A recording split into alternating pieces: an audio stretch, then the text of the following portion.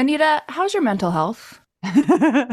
Questionable at all times. You know this. Yeah, how's the mental health of your children? Also a little bit tricky. Can I tell you my experience in trying to find therapists for myself and my kids, Mel? Yes, please. Okay, this is how it goes. You ask around your friends and your family for a referral for somebody who's nearby. You finally find somebody who sounds like they might work for your family. You give them a call and you find out that A, they're not accepting new patients, or B, they have a huge wait list. So you start over again and you ask people if they know anybody who would be a good therapist and a good fit. Finally, you find one, you go and you meet with them and you figure out that you don't actually like them that much. But it's been so much work to find somebody who you can go to in your area that you're kind of stuck with them. Well, do you have any ideas for how to get around this? I do, because guess what? I've actually had some therapists that I have found on my own, which involves what you're saying. Sometimes I remember one time I was like 3 hours in the bathtub on my phone looking through websites. I was such a prune at the end. But I have also had the experience with working with BetterHelp. And it was like, I don't want to say too good to be true, but because it is true, but it's like amazing because I was matched with my therapist within 24 hours. And you didn't have to go through all of that other ridiculous process of trying to find somebody. And here's the cool thing too, is if that person didn't work out for you, you can just switch and say, and it's not like you're committing to another years long search for somebody who you're going to jive with. It's true. And I lucked out, or maybe just BetterHelp is really good at matching people together because I never had to change my therapist. I loved her. Perfect fit for me. And I know that some of our friends have used BetterHelp and they've had to change therapists, and boom, same day, you can change. Easy peasy. You can ghost your therapist. Get a new one. I love this idea. BetterHelp is one of our sponsors. If you use our promo code trybetterhelp.com/WWDN, you get 10% off your first month. And we totally recommend it. Yes. Get some therapy. That's trybetterhelp.com/WWDN. Anita, guess what? What? I have started doing online therapy. Okay, you told me about this. You're doing it with betterhelp.com, right? I sure am. Tell me more about it. How does it work? Okay, so I filled out a questionnaire and then I was matched to a therapist really quickly, like within 24 hours, and we were already communicating. Ooh, how do the sessions actually work? Is it video conferencing or what?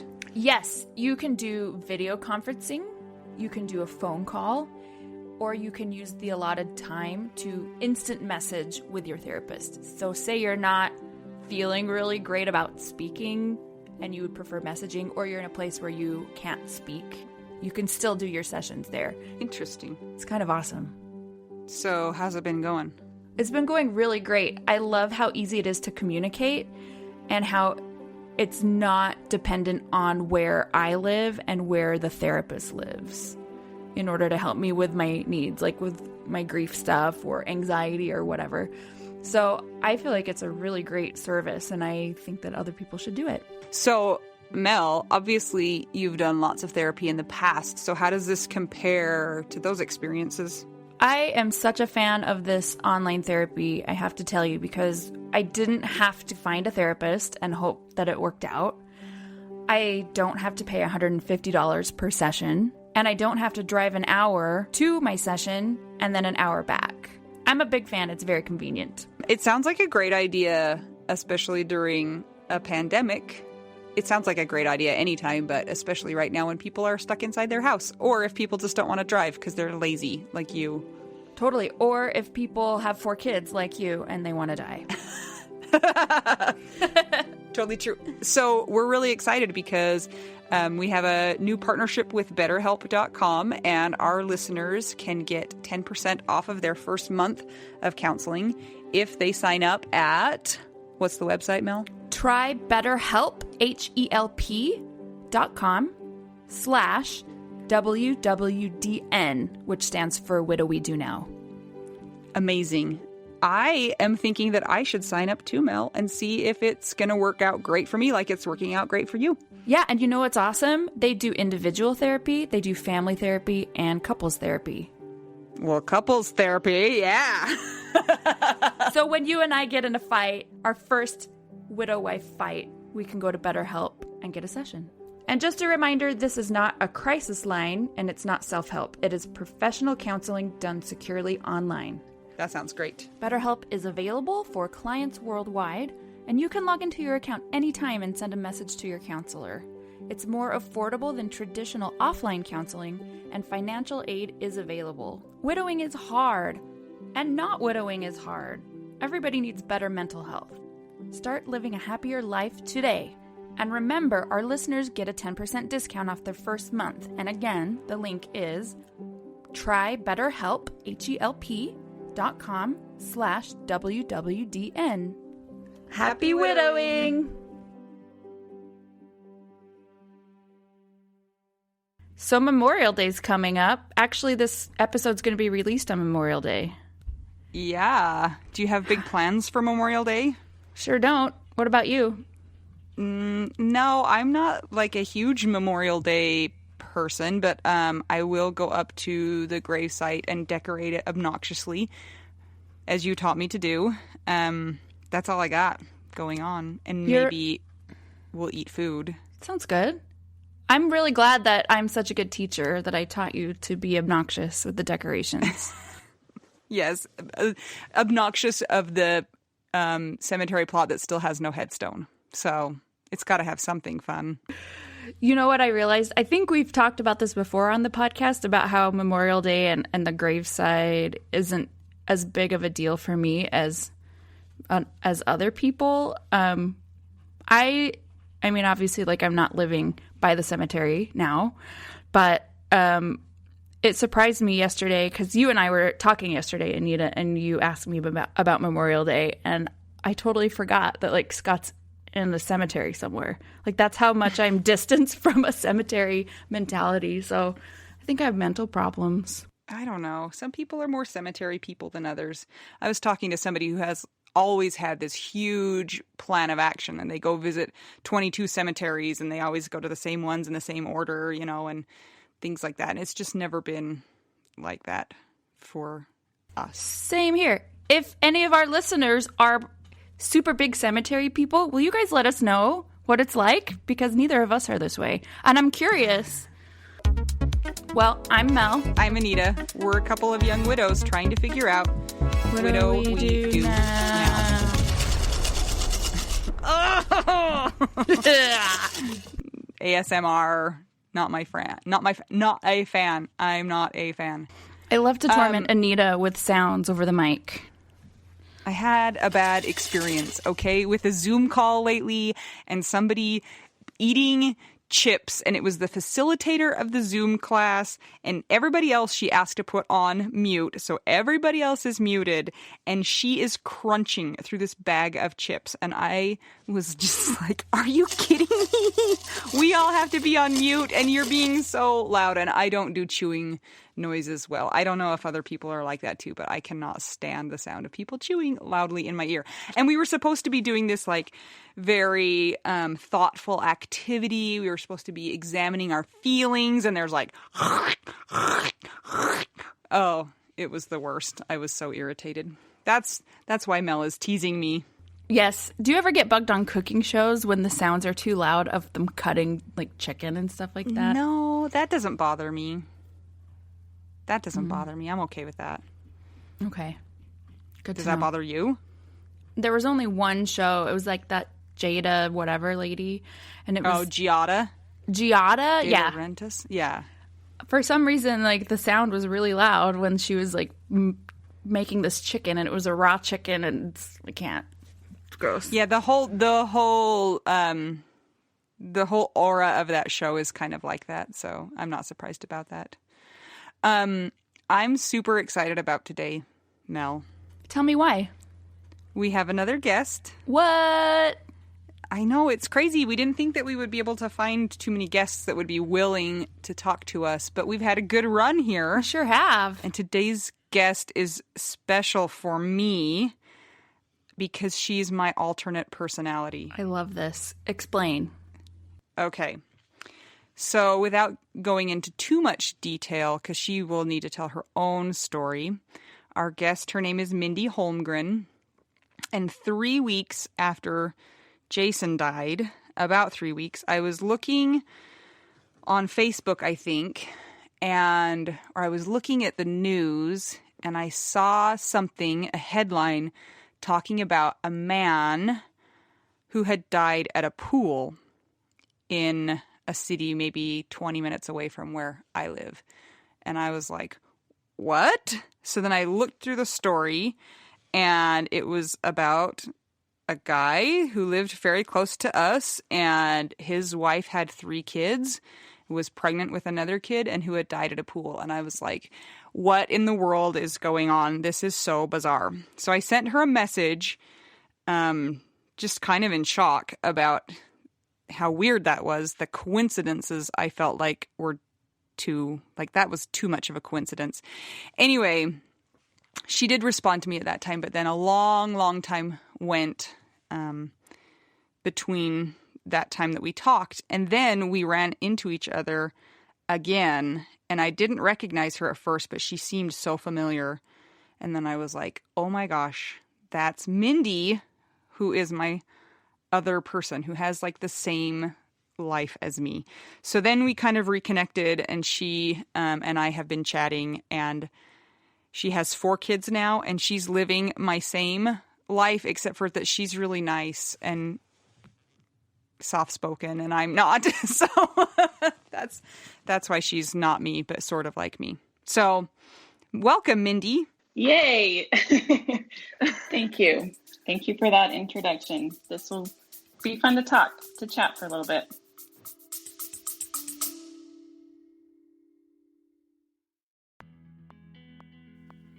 Sometimes we assume that unless we had a huge life insurance payout, we don't really need to know anything about investments or even finances. But guess what? A little knowledge of finances is critical for all of us. Maybe your partner was in charge of that stuff, and now you find yourself making all the decisions. Maybe you're mad about that. Maybe I am. Nicole from the He's Gone But the Money's Not podcast is here to help. She tackles financial literacy by telling the stories of women and widows and finance experts, and shares the lessons they've learned as certified financial planners. Whether you know a lot and feel confident in your financial decisions or feel unsure about all of that stuff, there is more to learn. Listen and subscribe to the He's Gone But the Money's Not podcast on all podcast platforms. This ad was paid for by Rockhouse Financial, an SEC registered investment advisor.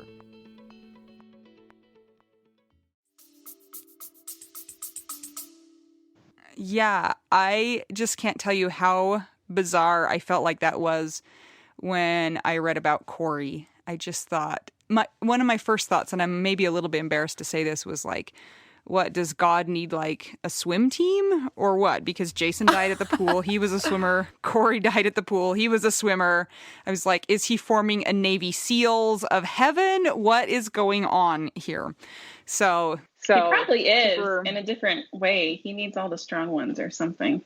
Or something. All the strong ones that can swim, though? I don't really understand that portion. So, Mindi. Yeah, so I remember that message you sent me, but I did not remember it until you reached out to me the second time. And then looking back, then it came back to my memory. And I remember reading through your very first message, and I think my response was just like, thanks so much for reaching out. Just like you sent to everybody who sends you all the bombardments of messages right after, and then totally put it out of my mind. And so then when you reached out again the second time, I was like, oh, yeah. And it is super strange. Yeah. So. Yeah, go ahead and tell us your story. Okay. So, yeah, my name's Mindi. My husband is Corey. So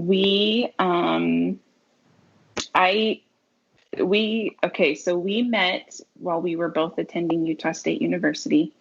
We worked together. That's how we met. And I liked him right away. I kind of was a stalker and would carry a clipboard around pretending to just try to find him, just to like see what he was doing and who he was talking to, I just like would make a circle around and then go back to my office and and I would like go peek at the break clipboard, and if I couldn't find him, I saw that he was on break, and so then I would take my break and then would go back to the room and be like, "Oh, hey, can I sit by you?" And we'd like eat our lunch or dinner together.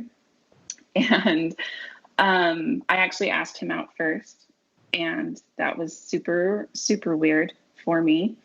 And then it was a whole month before he asked me out, and I thought for sure that he didn't like me, even though I was like getting all the he likes me signals, and we were like calling him a jerk between me and my roommates, like we were ready to give up.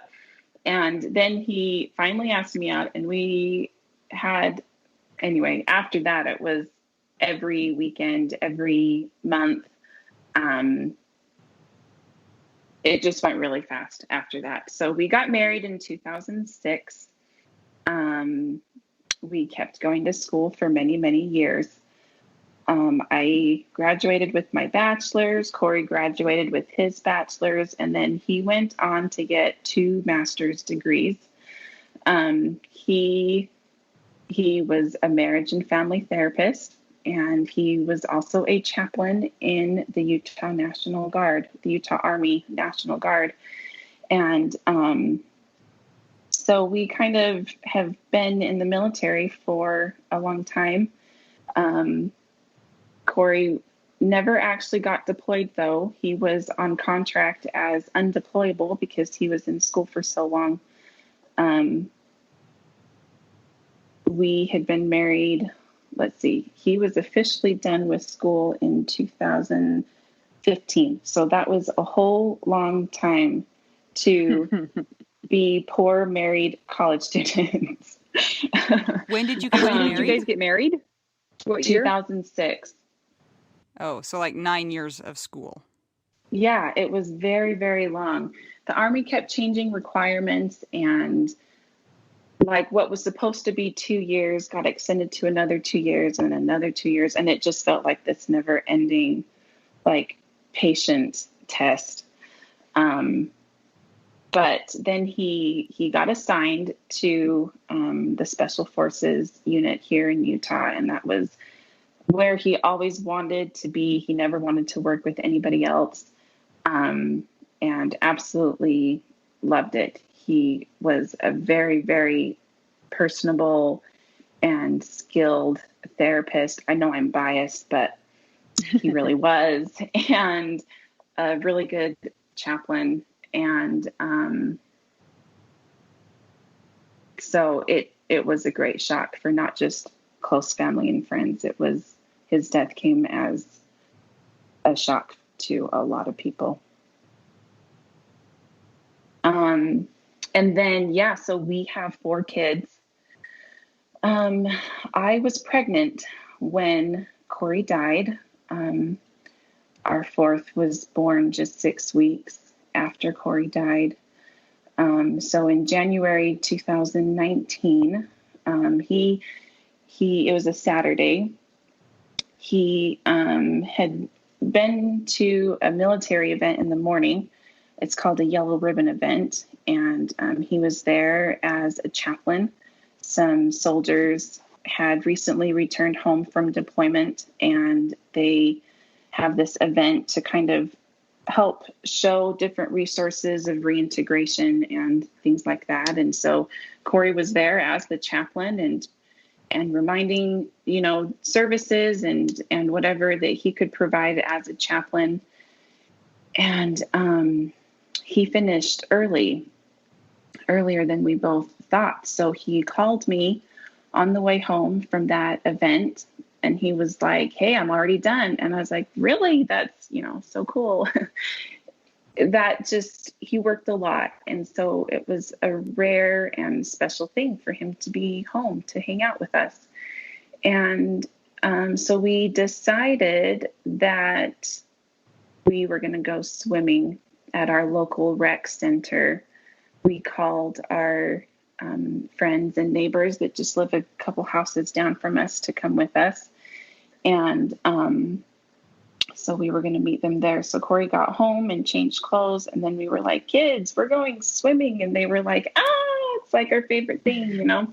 Corey swam all through high school and played water polo and did water polo as a club sport in college as well. So swimming was like second nature to him.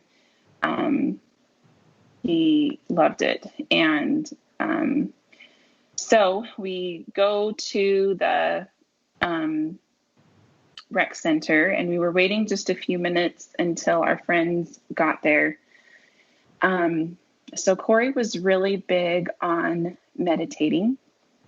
He did it himself all the time. He encouraged his clients and those he worked with to practice their own meditation. And he had started doing this breathing exercise that he liked doing before he meditated because it just like really cleared his mind and helped him focus.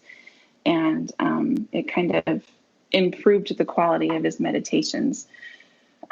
Doing this breathing exercise, he could hold his breath for a longer period of time than normal.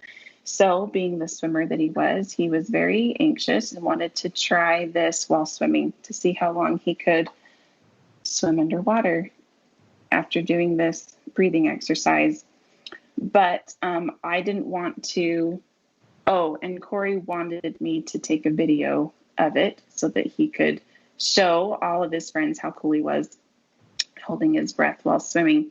But I didn't want to do that until our friends got there so that someone would be watching our kids while they were swimming in the play part. So we waited just a little bit until our friends got there. And just within like a few minutes of our friends getting there, Corey was like, okay, I'm ready. So he went over to the lap lanes and was doing the breathing. He motioned for me to come over to start taking the video. And he went down and then back halfway before he came out of the water. And he just was up for, honestly, 2 seconds at the most. And then he just sank back down. And the whole time I'm taking a video of it and not knowing like what was going on. He didn't say anything when he came out of the water.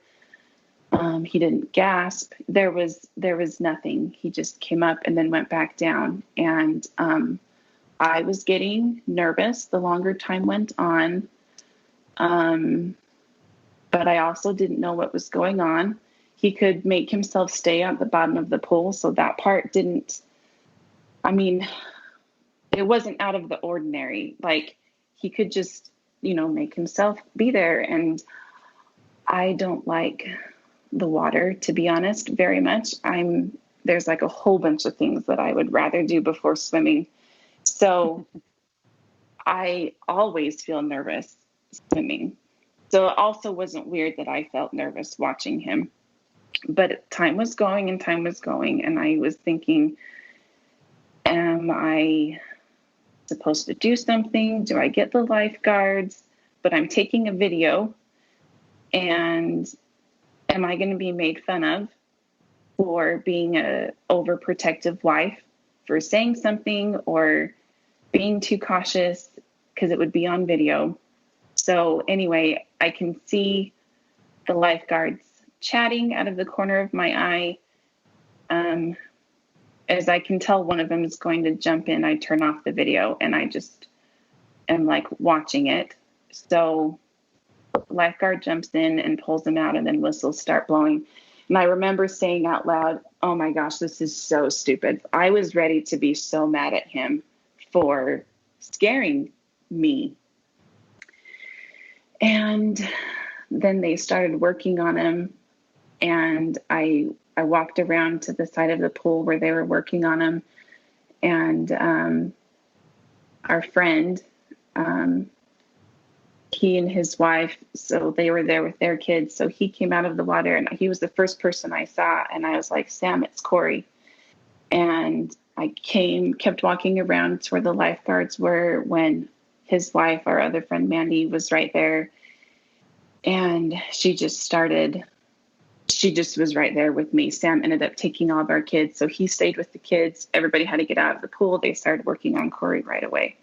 And I just was really confused as to why he wasn't breathing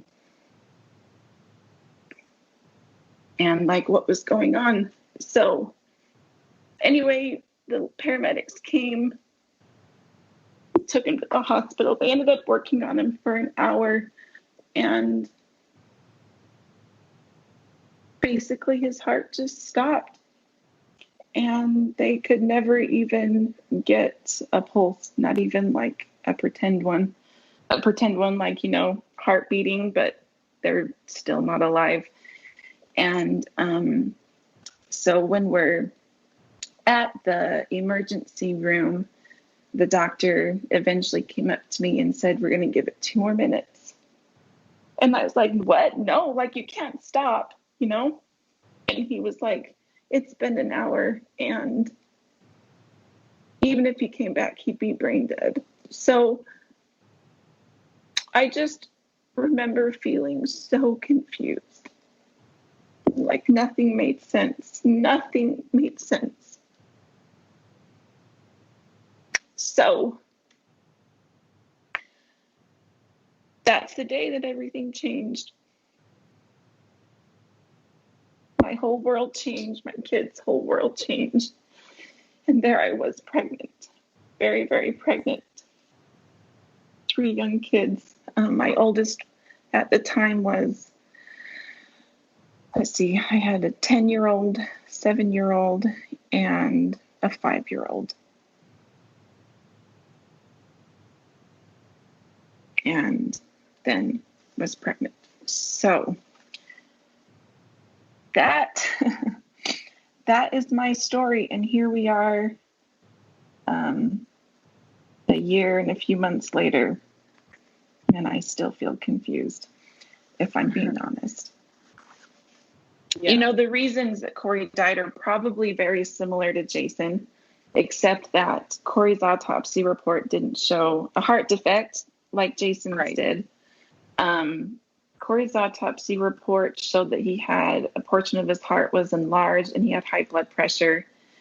And so the combination of enlarged heart plus the breathing exercise plus holding his breath plus swimming, like that just was too much for his heart to handle at once. The part though that like will never make sense to me is Corey didn't have high blood pressure, and I have his medical physicals, and the last one that he got was 3 months before he died, and his blood pressure was great. He got it because he was going to airborne school for the Army, which is jumping out of planes. And he got home like in the middle of December from that. And then 4 weeks later, he is gone. It doesn't make any sense. It just doesn't. He had no history of high blood pressure. I mean, he'd had frequent checkups, you know, and his blood pressure was never high. And I remember I was thinking about this one day just because I was like, did I miss something? Like, did he miss something? Was I not making good enough food for him so that he was unhealthy? Did he miss something was he lying to me? Like, I was going through all of these, like, what ifs, you know? It was one of the days of what ifs. When I remembered Corey telling me one time after his checkup, he'd called me on the way home, and whoever it was that was doing his stuff commented on how good his blood pressure was, that it was like the best that she'd seen in a long time. And I remembered him telling me that, and I was like, oh yeah, that's right. And so I like pulled out his big old folder of medical records and looked through it all again. And anyway, he never had high blood pressure. So why his heart was damaged, I'll never know. And unlike a lot of people, Corey probably was forced to do physicals regularly. So you almost have like a very, organized, this is how your health is. Whereas if you asked a lot of people what their blood pressure was, a year and a half ago, they'd be like, I don't know. Oh, yeah. Yeah, exactly. The only time I get my blood pressure tested is when I'm pregnant and going to regular checkups. Yeah. So, like, I couldn't tell you, but What was the aftermath like for you? I mean, there's the funeral and then you're pregnant and all that sort of a thing, and it's a sudden death, so I'm sure you have widow brain like we'd all do, but can you explain a little bit about your experience with all those crazy things? yeah. So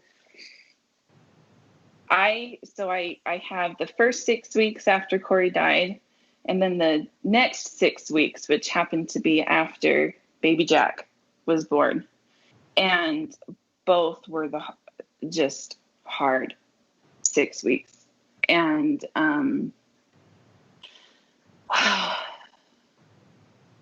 so my mom has been a huge supporter for me. So she has been around for all of this. And I already had an ultrasound scheduled the Wednesday after Corey died. That was just like the last little checkup before. And so my mom came with me to all of the things that I had to go to. I couldn't even drive. So she drove me. I couldn't drive, not that I couldn't drive, like my grief made me like I couldn't drive. So, so she took me, and I never wanted to be the one to tell anybody what had happened or what was going on in my life. I have continually asked other people to do that. And so we got there, and I could hardly walk into the hospital, to have my checkups. It just, all of the little things were just so overwhelming, and I'd be so overcome like I am now. And so my mom went up to the window and said who she was and who I was and what was going on. And I didn't have to hear it. And anyway, everything was fine, but I couldn't eat. I continually couldn't eat, and people were forcing me to eat because I still was growing a baby. And it literally made me sick to my stomach to eat food, but I kind of had to. So I was incredibly nervous and very, very scared about giving birth. And once in a while, people would ask me about it, and the questions were so overwhelming, I just would burst into tears. I couldn't even talk about it. But at the time, it was still like, well, I'll deal with that later because that's coming in the future, and I just can't handle it right now. But the funny thing about time is it keeps moving, even when you don't. So it kept getting closer, and the more I realized I can't control this, I'm gonna have to deal with it very soon. And so the midwives that I was going to helped me out. They encouraged me to get in touch with a therapist so that I'd have a couple sessions in place before I had my baby. And then Corey sent me the perfect doula to help me through the veil, but she's a living person, but he sent her. And so she had a ghost doula. That's so cool. Yeah. Okay, I was so confused for a minute. Okay, I gotcha. I know, I realized I said that confusing. So it was Corey, a real doula. And all these people were placed in my path at the exact right time that I needed them, and for very specific purposes. And they all helped me overcome just an incredibly crushing amount of insecurity. The delivery went super smoothly, to be honest, but it was the hardest emotional thing I've ever done. And as soon as Jack was born, I was filled with so much love. Immediately, I felt peace and comfort and love. I wondered if I would even be able to love him because I was so sad. And that hasn't been true in the slightest. And he's such a joy to us. But then came the first 6 weeks of Jack's life when your hormones are all over the place after having a baby, let alone like my grief and managing my 3 other kids' grief. My mom lived with us for that first 6 weeks, and I can have a whole conversation about her saintlyhood. But I could not have done it without her. That is for sure. And so my anxiety was incredibly high, and I could not be left alone. She eventually had to start going back to work a little bit. And so we would call friends and family, whoever could come, to just come sit with me. Sometimes that meant holding the baby while I took a nap. But I literally couldn't be left alone. I remember specific times of even watching my mom just walk my kids to school, which is not even a block away. And watching her walk out my front door and across the grass, I felt a weight just like start from the top and come down onto my shoulders. I just like felt it. And it was heavy on my heart. And I couldn't face it. So I couldn't be left alone for a very, very long time. Now it's been a year, and baby Jack is 14 months old. And he's so cute. Oh my gosh. He is incredibly cute. He really is. He really is, and is such a light. So he's supposed to be part of our family.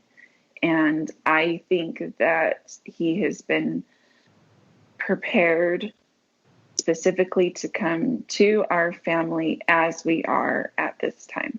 And I just choose to believe that those 6 weeks he had in heaven with his dad, I just don't even know, of course, fully what goes on, but I just truly believe that they had time to be together. And wow. That that Jack was able to be prepared to come to us exactly as we are now. And there's obviously a huge void without having Corey here. But we talk about Dad all the time, and Jack recognizes his pictures on the wall. I had a moment of inspiration and made a baby board book that has pictures of Dad in it that we read to him. And I'm super grateful to have some videos of Corey reading some stories that I took when he was going to be gone for a few months at a military training.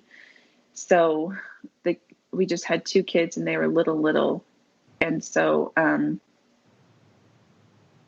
we took some videos of him reading stories. And so Corey can read stories to Jack and our other kids and me. We love having.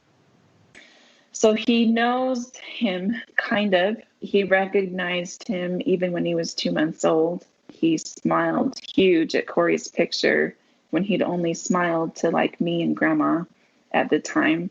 So in ways that I don't understand, he knows him. And I just have to sort of I just have to have faith that everything really will be okay eventually. It's so hard to sometimes, though. I have a question for you, Mindy. Did Yeah. you and Corey talk about Jack's name before he died? Or was that We you were going to decide that did. after? Okay. Yes, we did. So I have wanted to name a son Jack for a while. It's after my grandpa Jack. Okay. And I had the idea pretty early on, but then we had two girls. So our oldest is a boy, then two girls. So when we decided that we wanted a fourth child, it actually took us a while to get pregnant, which was weird because that hadn't happened before. It was a little over 2 years. And then I finally got pregnant. And when we went in for our ultrasound to find out if it was a girl or boy, I kind of felt like it was a boy, but I had literally been wrong every other time. And so I wasn't going to say anything. But then it was a boy, so automatically we just it's Jack. We just knew. So Mindy, you have had a whole lot dropped on you. Can you give us an idea of obviously it's not going to like just lift, but we do move through our grief and function a little bit differently and whatever. When were you able to function like slightly normally, if that makes sense? Because that's just so much, you know? Yeah. I still feel like I can't function normally many times, and quarantine doesn't help either. But I do feel like those first few weeks almost forced me to deal with a whole bunch of emotions, like really quickly, all at the beginning. And of course, that was super heavy and very, very hard. But I was able to move through a lot quickly, I feel like. I have a really good support system with family, friends, and they have helped me a lot. When my mom stopped kind of living with us, she still continued to come over like a night a week, and a really good neighbor down the street would come over one night a week. And those things are really helpful. People bringing in dinner once in a while, friends making me freezer meals. So when some of those things could get taken off my plate, I was able to kind of more focus on the functionality of being a mom to 4 kids. And slowly it got a little bit better when I could be left alone and it wasn't going to crush me. And I could drive again. And I still didn't like cook for my kids for a long time. We would kind of eat stuff. We lived on freezer meals a lot, which still was like semi-homemade, even if I wasn't the one that made it. And that's been okay. I've had to sort of like let go of my expectations for what kind of mom I was and can be now. And those little things have made it easier for me.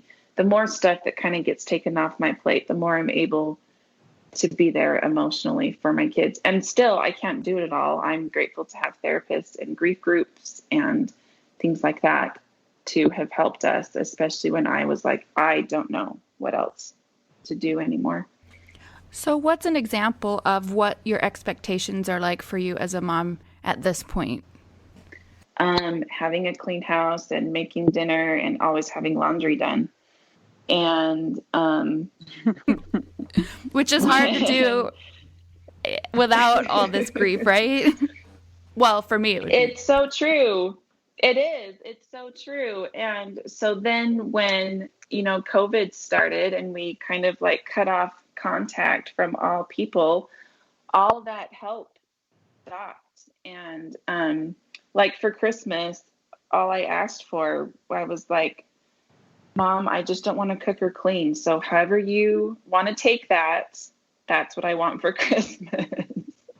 And so getting like freezer meals. I had a couple people bring me freezer meals for my birthday, which is at the beginning of January, and gift certificates for a cleaning company to come in a few times. And those kinds of helpers have been so good. Then we stopped everything because isolation and social distancing. And I could kind of manage for, a few weeks, but then the weight of everything just starts to get really, really heavy.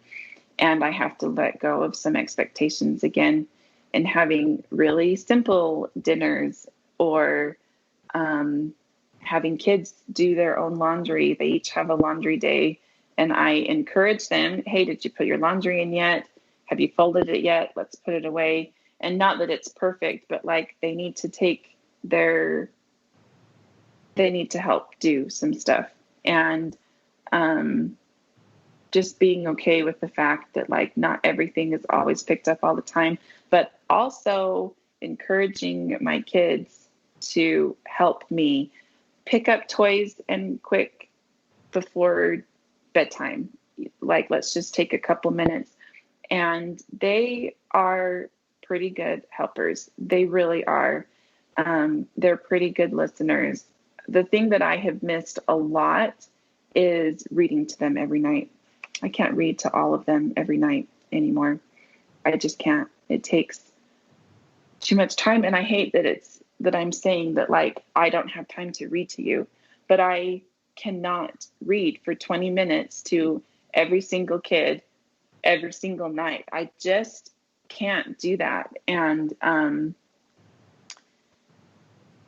that's probably been the biggest expectation for me. And I kept trying different ways to keep that happening. Like I'd read to one during the day and then only two at night. And then, like, of course, Jack was the baby. So like he gets to be read to because I still read to babies because I'm just weird, So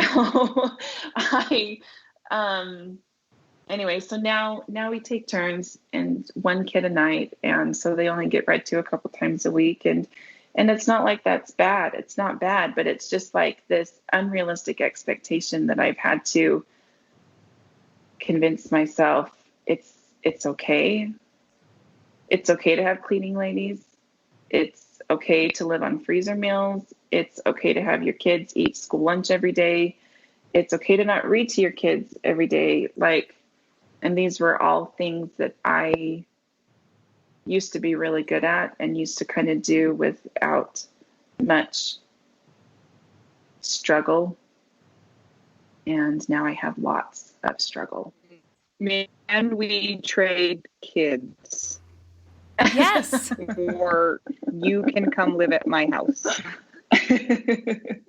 Let's do that. It's so funny because people are always telling me that I need to lower my expectations too. And I'm like, I don't think I can lower them any more than they already are.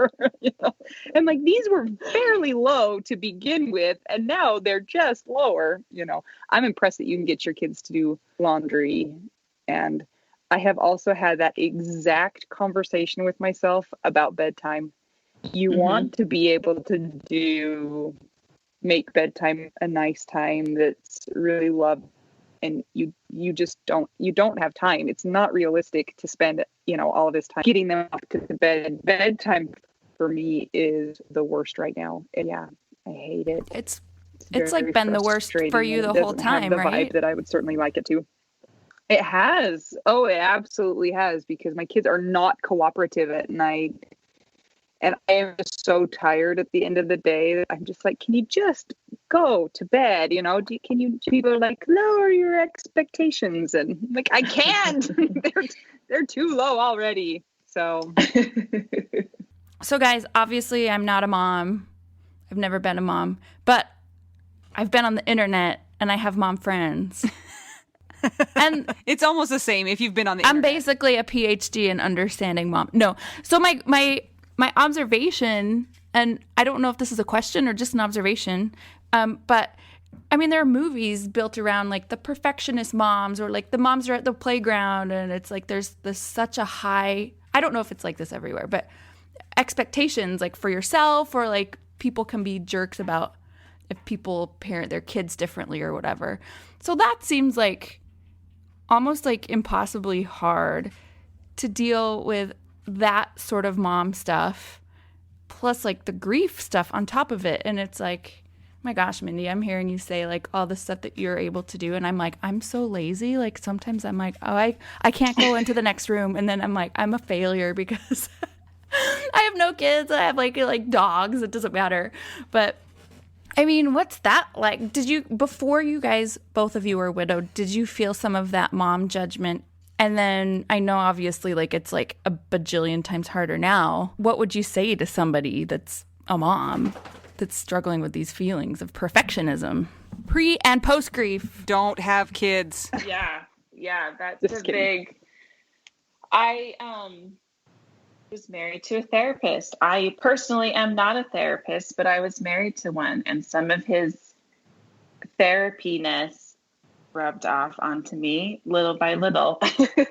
If we can try to stop judging others, then it will trickle more. Like if we can be an example of accepting and loving, then I think that would just have like this effect that would keep going to other people. And just inclusion, and it's okay that you do that, and it's okay that you do that differently than me. And I don't know, there were definitely times I personally never felt I never felt judged, but I felt like I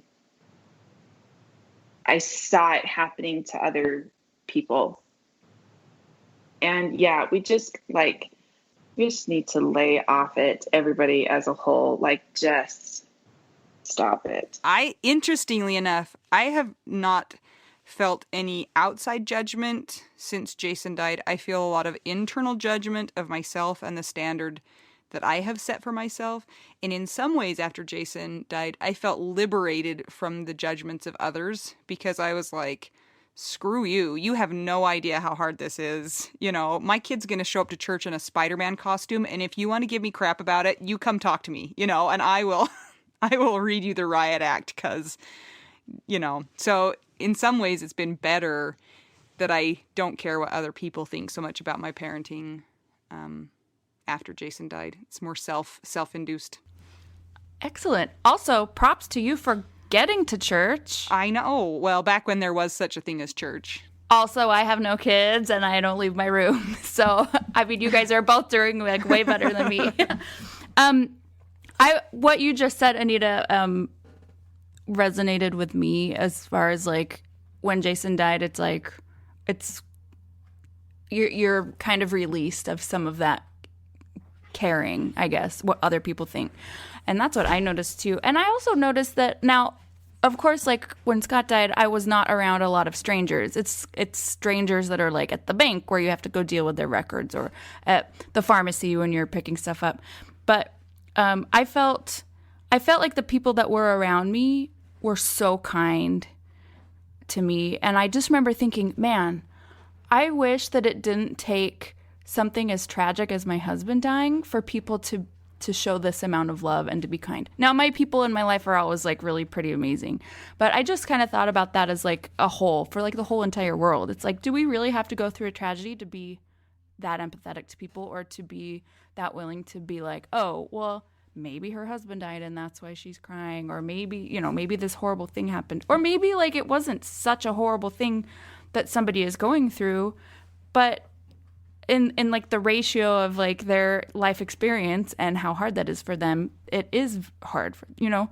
So it's like, I wish that we could all be a little bit more empathetic, but I did notice that it was just like such kindness, but it doesn't necessarily need to take a tragedy for us to be that kind. Just a few weeks after I had Jack was Easter, and I was at a store buying Easter basket stuff.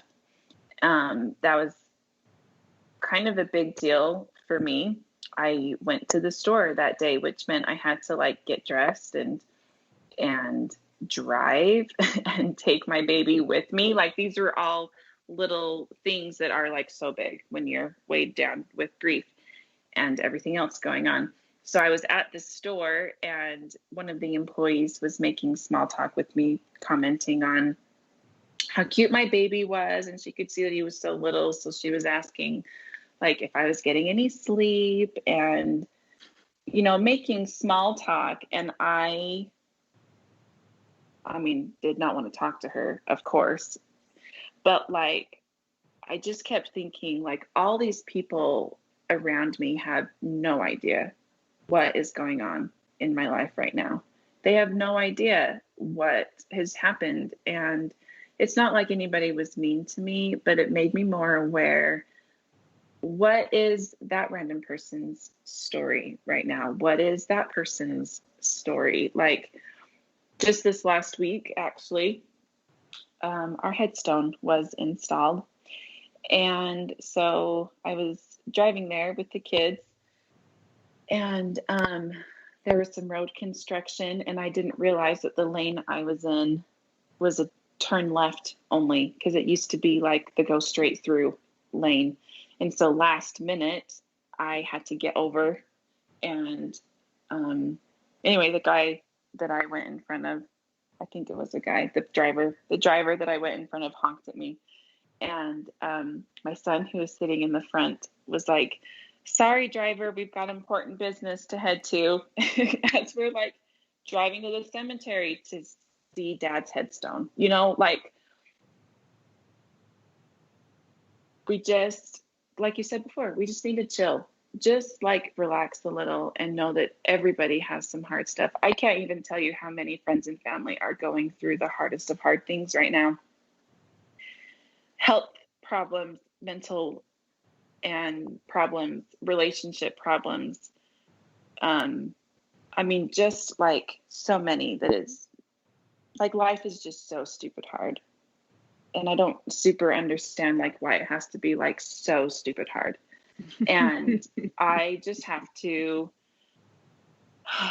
it's easier said than done some days. I just have to try to like keep filling my mind with positive things, and getting rid of some stuff that causes like the negative thoughts. Because if I'm in a more like patient or loving headspace, then I'm not going to honk at the guy who went in front of me, or I can, I don't know, try to have small talk with other people. But like, there's just so many really, really hard things in life, and some patience and love and empathy can just go such a long way. Do you ever feel like Anita and I do, that we're sociopaths? Because you seem like really nice. We're not that nice. Please say yes. Please say yes. Please say yes. I think she's going to say No, no. of course you're super nice. I mean, I haven't met Mel in person face to face, but like we're talking face to face right now. And I have met Anita face to face. She's been to my house. Well, You guys are nice murder too. anybody while Okay, I was there, and- so It's true. And she was even nice to number 4, who, you know. okay, so like maybe we have some niceness, but do you ever feel crazy, like that you don't have emotions? Or do you feel like you have an overwhelming amount of emotions? I do not feel dead I inside. told you she wasn't a sociopath. I have, but it's very painful to not be dead inside. And sometimes I push that aside because I don't want to cry right now. I don't want to be angry right now. And I can push that aside a little bit, but I can't keep it away forever. I don't feel dead inside either, Mel. I just feel like I feel crazy because my emotions are in control of me sometimes. And I just feel like I'm getting whipped around.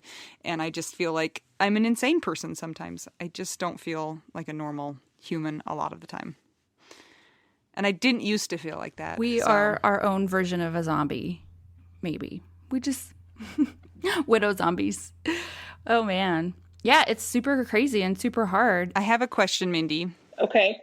Okay, so you are positioned to answer this question uniquely because I have had a few people express that they know what I'm going through because their husbands have been deployed or are off working somewhere for months at a time. And I wonder if you can compare Corey being at a training for the military for a couple months versus Corey being not alive. And are those the same? Or was I okay to think that that was a ridiculous comparison?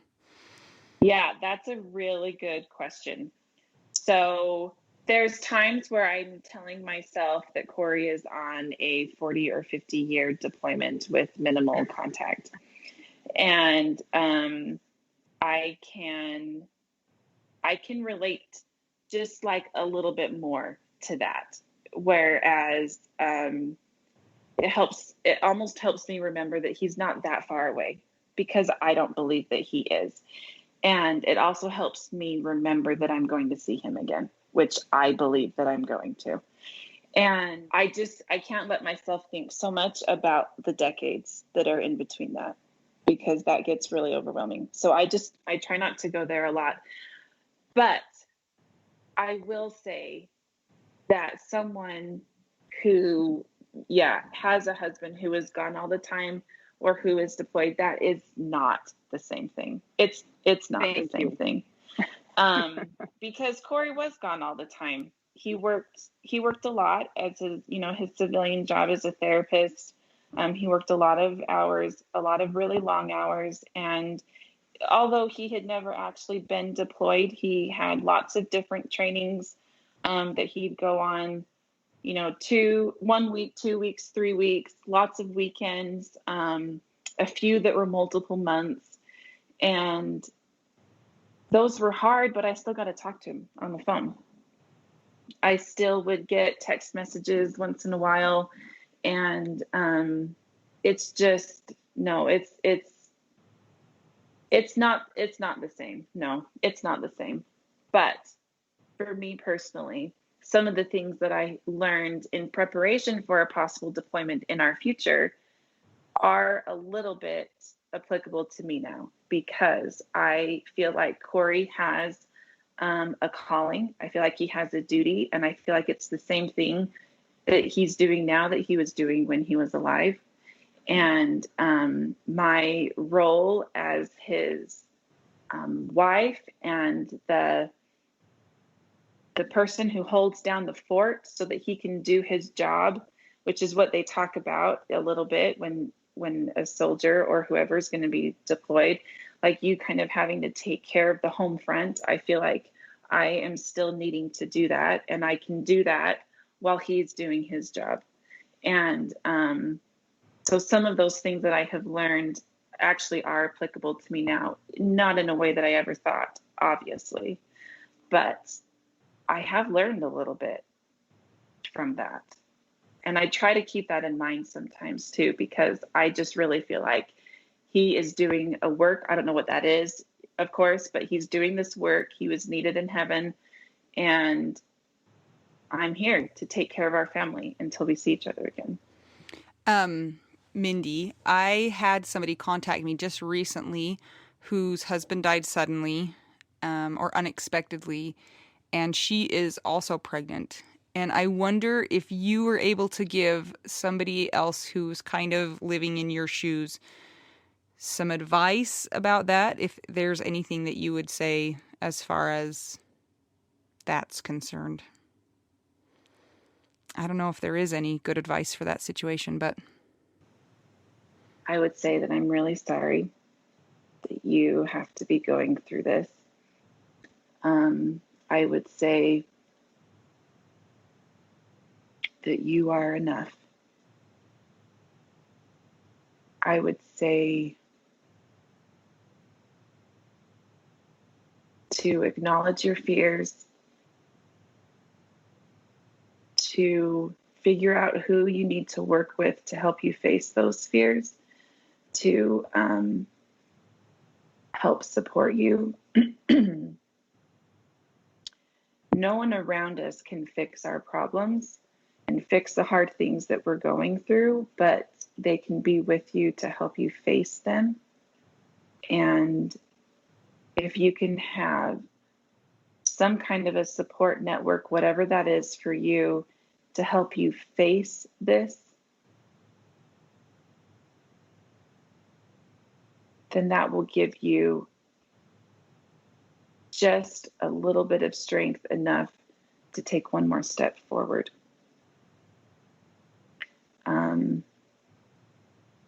There can be lots of different options. For me, I had my mom, I had my mother-in-law, I had the most amazing doula in the entire world. I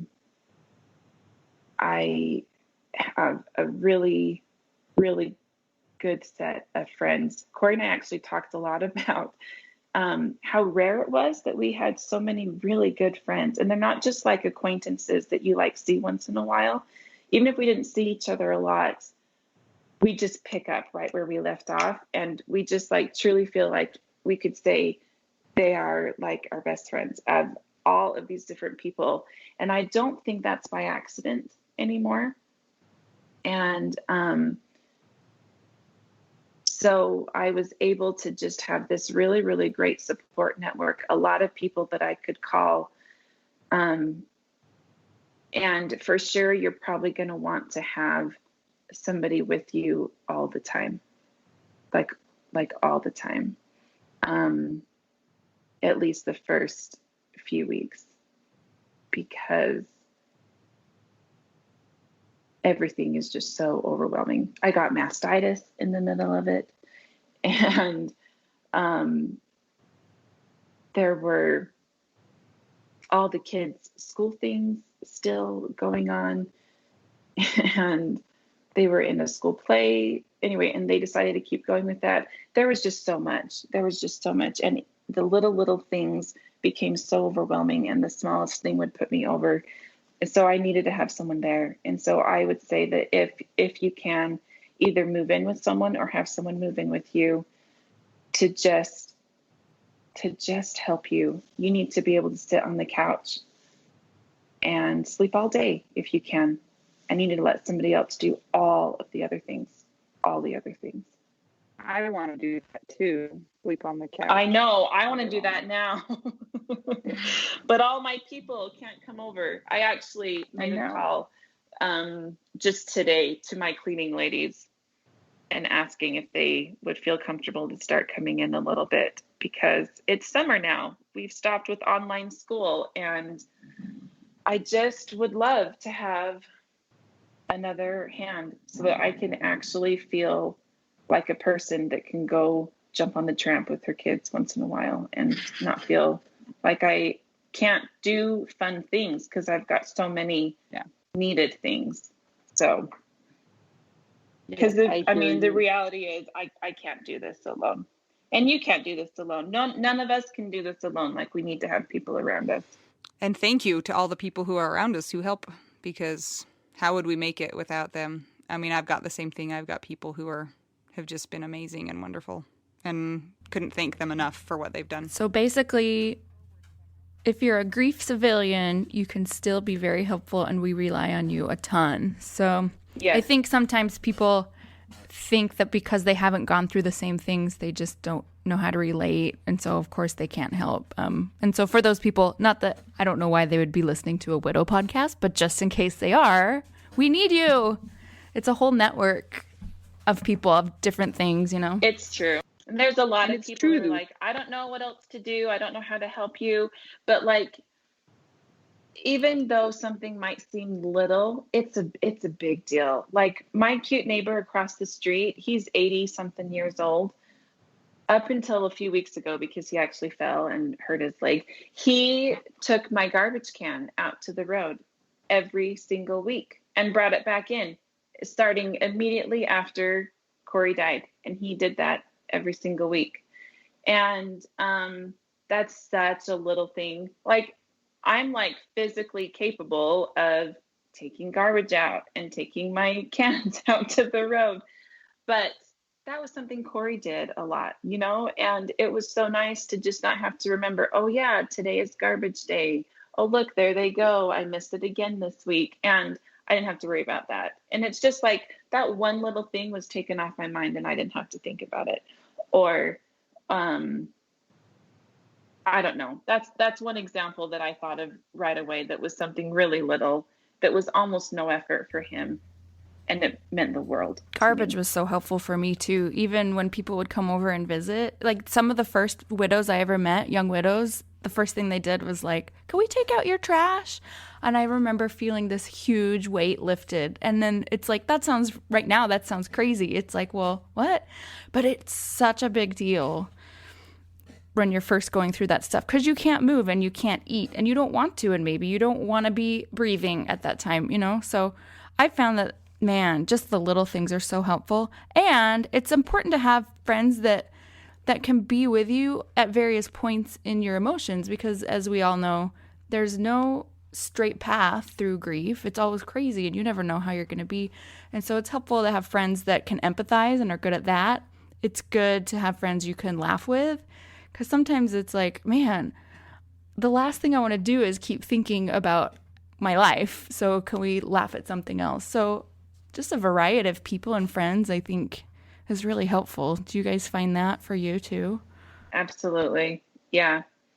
I have let people scrub my toilet. Like, they cleaned my dirty toilet. It wasn't even clean when they came to clean my toilet. It was dirty and they came and cleaned my toilet. And even like the day Corey died, and we had, you know, a bunch of people come to the hospital and they were asking, what can I do right now? We'd had like a lazy Saturday. The kids had watched Netflix like all day, and I was watching Hulu separate from them, because who wants to watch kids shows? And I was watching my own stuff, and I was pregnant and just laying on the couch, and Corey was supposed to be gone, you know, all day. And I was eventually, probably after lunch, going to like kick us into gear and do something, but we didn't. And he got done early. So the house was messy. Like, I hadn't cleaned up breakfast dishes. I think we'd had something quick for lunch. There was stuff around, dishes on the kitchen. And then my husband died.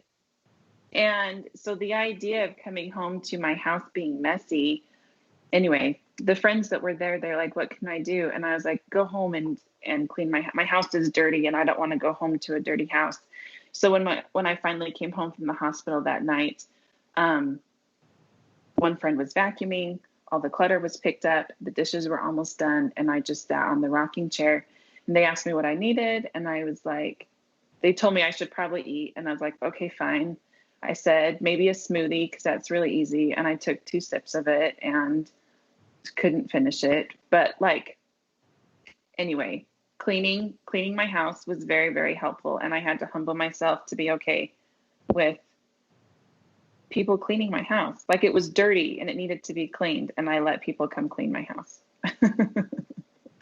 Oh my gosh, Mindy, when you said I had to humble myself to let people help, that was so true for me too, because I was so used to being self-sufficient and doing all these things. And that was one of the biggest things that I had to let go and like pull that guard down. It's like I couldn't drive either. My poor mom, that is not loving driving all the time, she had to drive me everywhere.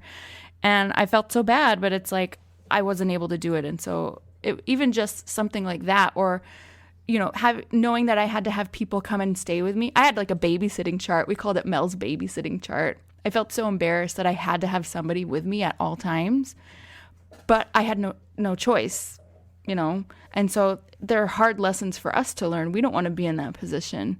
So, man, hard things to learn. So I totally agree with you, and that makes sense to me as well.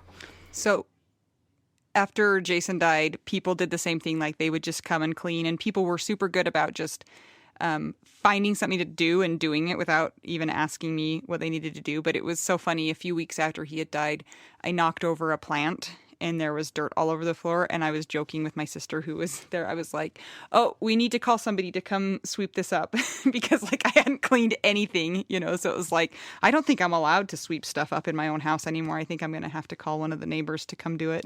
So we laughed about that. Oh man. But I think I did. Mindi, one thing that I've been impressed that you have been able to do is to figure out what you need and to be able to verbalize that in a way that I have not been able to do, just to try and figure out what it is that would help you so that when people ask you, you can say, you should do this and it will help me. I have not been able to figure out what I need either. So I'm impressed that you're able to kind of conceptualize and figure out what would be helpful for you. I don't know where that came from. Therapist husband. I guess, yeah. Maybe. I guess so. He was whispering in my ear, say yes right now.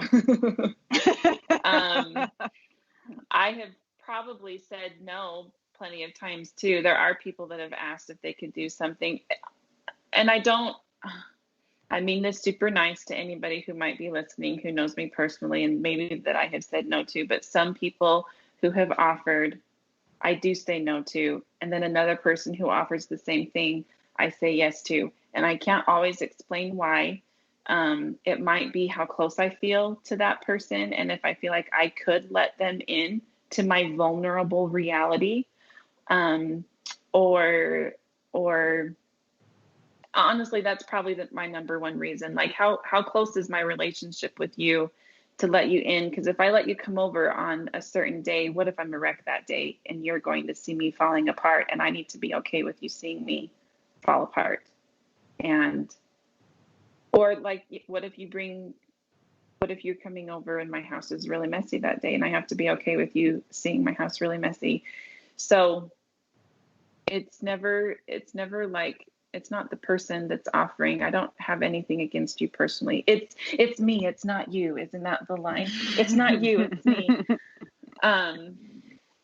But that doesn't mean that I wouldn't say yes another time too. So maybe like, just don't take it personally and, offer again another time. That's so funny because I always laugh about people who'd be like, call me anytime with anything you need. And I'm like, I haven't spoken to you in 3.5 years. I'm not calling you the first person, when things are a disaster. I don't even know who you are. But it's still super sweet that they were offering. I just always thought that was funny. Like, you're way down on the list. I'm sorry. It's true. But again, like, you would feel bad if they didn't say something though too, if there's no acknowledgement. Yeah, they're not even on the list. They're on the other kind of list. Yeah. Oh man. Mindi, thank you so much for joining us today. Thanks for chatting with me. It's good to have some adult interaction. I don't know if I'm really an adult, but thanks for joining us today. I really enjoyed getting to talk to Mindi, my alter ego, and to find out a little bit more about her and let her impart some of her wisdom to all of you. Hopefully you found it helpful also. I'm Anita. I'm Mel. And I'm Mindi. And we're just 3 young widows trying to figure out Widow we do now. Now. Boom. Man. Good job.